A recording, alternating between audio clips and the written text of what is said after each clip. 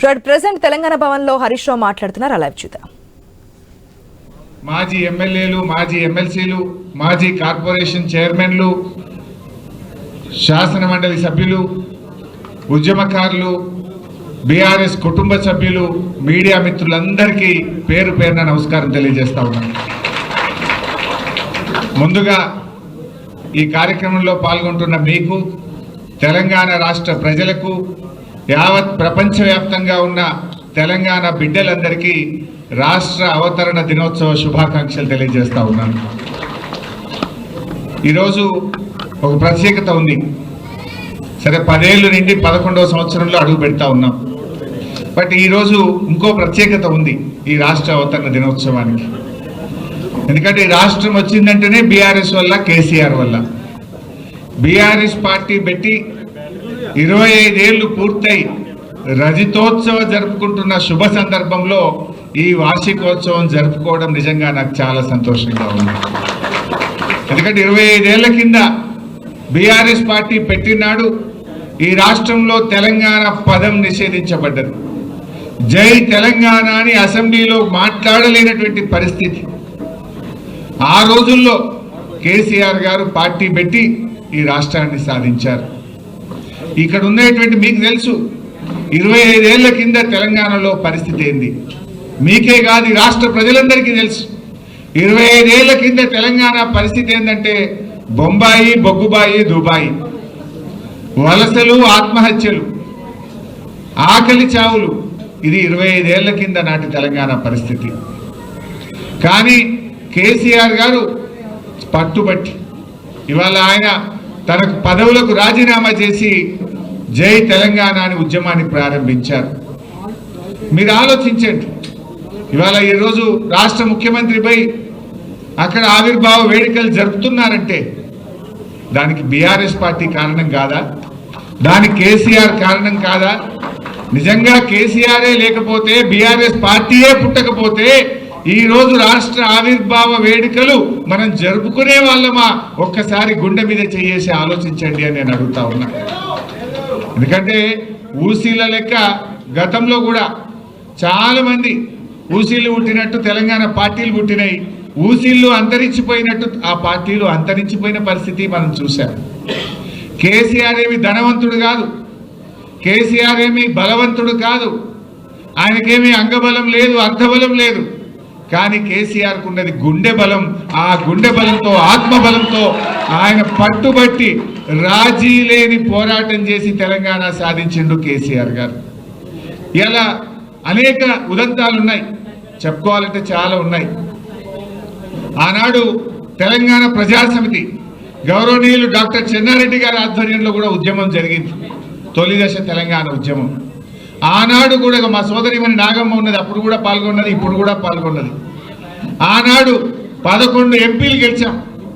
11 ఎంపీలు గెలిస్తే ఆనాడు ప్రధానమంత్రిగా ఉన్న ఇందిరాగాంధీ, నాటి కాంగ్రెస్ ప్రభుత్వం తెలంగాణ ఇవ్వకుండా ఉద్యమాన్ని కాలరాసింది ఆనాటి కాంగ్రెస్ ప్రభుత్వం. కానీ అదే కేసీఆర్ గారు మలిదశ తెలంగాణ ఉద్యమాన్ని ప్రారంభిస్తే ఏ ఇందిరాగాంధీ అయితే తెలంగాణను వద్దన్నదో అదే సోనియా గాంధీ గారి చేత తెలంగాణ ఇచ్చి తీరాల్సిన పరిస్థితి కల్పించిండు కేసీఆర్, బీఆర్ఎస్ పార్టీ. ఎందుకు? ఈ దేశంలో సంకీర్ణ యుగం నడుస్తూ ఉంది. ఈ సంకీర్ణ యుగంలో తప్పకుండా తెలంగాణ సాధ్యం అవుతుంది అని చెప్పి ఆయన ఎంతో వ్యూహంతో 14 ఏళ్ళు నడిపించారు. పార్టీ పెట్టడమే కాదు, అనేక ఇబ్బందులు. ఆ రోజు చంద్రబాబు నాయుడు గారి చేతుల్లో కేంద్ర ప్రభుత్వం ఉండే ఢిల్లీలో, ఆయన కత్తికి ఎదురులేని పరిస్థితి. ఇంకా 4 ఏళ్ళు కేసీఆర్, ఆ రోజు ఇంకా 4 ఏళ్ళు చంద్రబాబు నాయుడే ముఖ్యమంత్రిగా ఉండే పరిస్థితి. ఆ రోజుల్లో ఎవరు ధైర్యం చేయలే. కానీ కేసీఆర్ గారు అప్పటికే ఎన్డీఏ ప్రభుత్వం 3 కొత్త రాష్ట్రాలు ఏర్పాటు చేసింది. 2000 సంవత్సరంలో జార్ఖండ్, ఉత్తరాఖండ్, అదేవిధంగా ఉత్తరాంచల్ మరియు ఛత్తీస్గఢ్ 3 రాష్ట్రాలు ఏర్పడ్డాయి. ఈ 3 రాష్ట్రాలు ఏర్పడ్డాక తెలంగాణ ప్రజల్లో ఆశలు చిగురించినాయి. ప్రజలందరూ నాయకుడి కోసం ఎదురు చూశారు. జయశంకర్ సార్, చనిపోయిన బియ్యావుల జనార్దన్ రావు గారు కేసీఆర్ గారి దగ్గరకు వచ్చి మీరు లీడ్ చేయండి, మీరు పోరాటం చేయండి, మీ వెంట మేముంటామని చెప్పి వారందరూ కేసీఆర్ వైపు చూశారు. కానీ కేసీఆర్ గారు ఒక సంవత్సరం ఆలోచించింది. ఉద్యమం ప్రారంభిస్తే ఈ తాప మళ్ళా జెండా దించద్దు, తెలంగాణ వచ్చేది ఉంటేనే మన ఉద్యమాన్ని ప్రారంభిద్దామని కొన్ని వేల గంటల మేధోమథనం చేసి చాలా ఒక నెలల తరబడి ఆలోచించి 2001లో బీఆర్ఎస్ పార్టీని పెట్టింది. ఆ రోజు ఒక తెలంగాణ ఉద్యమానికి ఒక అపకీర్తి ఉండేది. ఎవరికి పదవి రాకపోతే వాడు జై తెలంగాణ అంటాడు అనే ఒక అపకీర్తి ఉండేది. ఆ రోజు కేసీఆర్ గారు ఆలోచించి తన పదవులను, డిప్యూటీ స్పీకర్ పదవిని, ఎమ్మెల్యే పదవిని, తెలుగుదేశం పార్టీ రాష్ట్ర కార్యదర్శి పదవులను గడ్డిపోచల్లాగా పదవులు వదిలి ఉద్యమాన్ని ప్రారంభించిండు. ప్రజల్లో నమ్మకాన్ని కలిగించిండు. ప్రజలను ఒక్కతాటి మీదకి తెచ్చే ప్రయత్నం చేసిండు. ఇవాళ తెలంగాణ వచ్చిందంటే ప్రజలను సమీకరించడం, దేశంలోని పార్టీలను ఒప్పించడం, ఈ రెండూ కేసీఆర్ గారు చేసిండు. అంబేద్కర్ గారు సూచించిన మార్గం బోధించు, సమీకరించు, పోరాడు. అంబేద్కర్ చెప్పిన బాటలో నడిచిండు కేసీఆర్. గాంధీజీ గారు చూపిన అహింసాయుత మార్గంలో ఉద్యమాన్ని నడిపిండు కేసీఆర్. తెలంగాణ రాష్ట్రాన్ని సాధించిండు కేసీఆర్. ఎందుకంటే చాలా జాగ్రత్తగా నడిపినాడు, అహింసాయుత పద్ధతుల్లో నడిపాడు.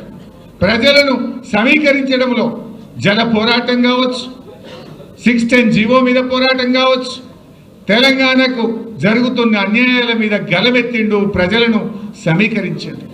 ఆ ప్రయత్నంలో కేసీఆర్ గారు ఆర్ఎస్ఎస్ ఆఫీస్ నుంచి ఆర్ఎస్యు దాకా కలిసి పనిచేసిండు. అవి భిన్న ధృవాలు.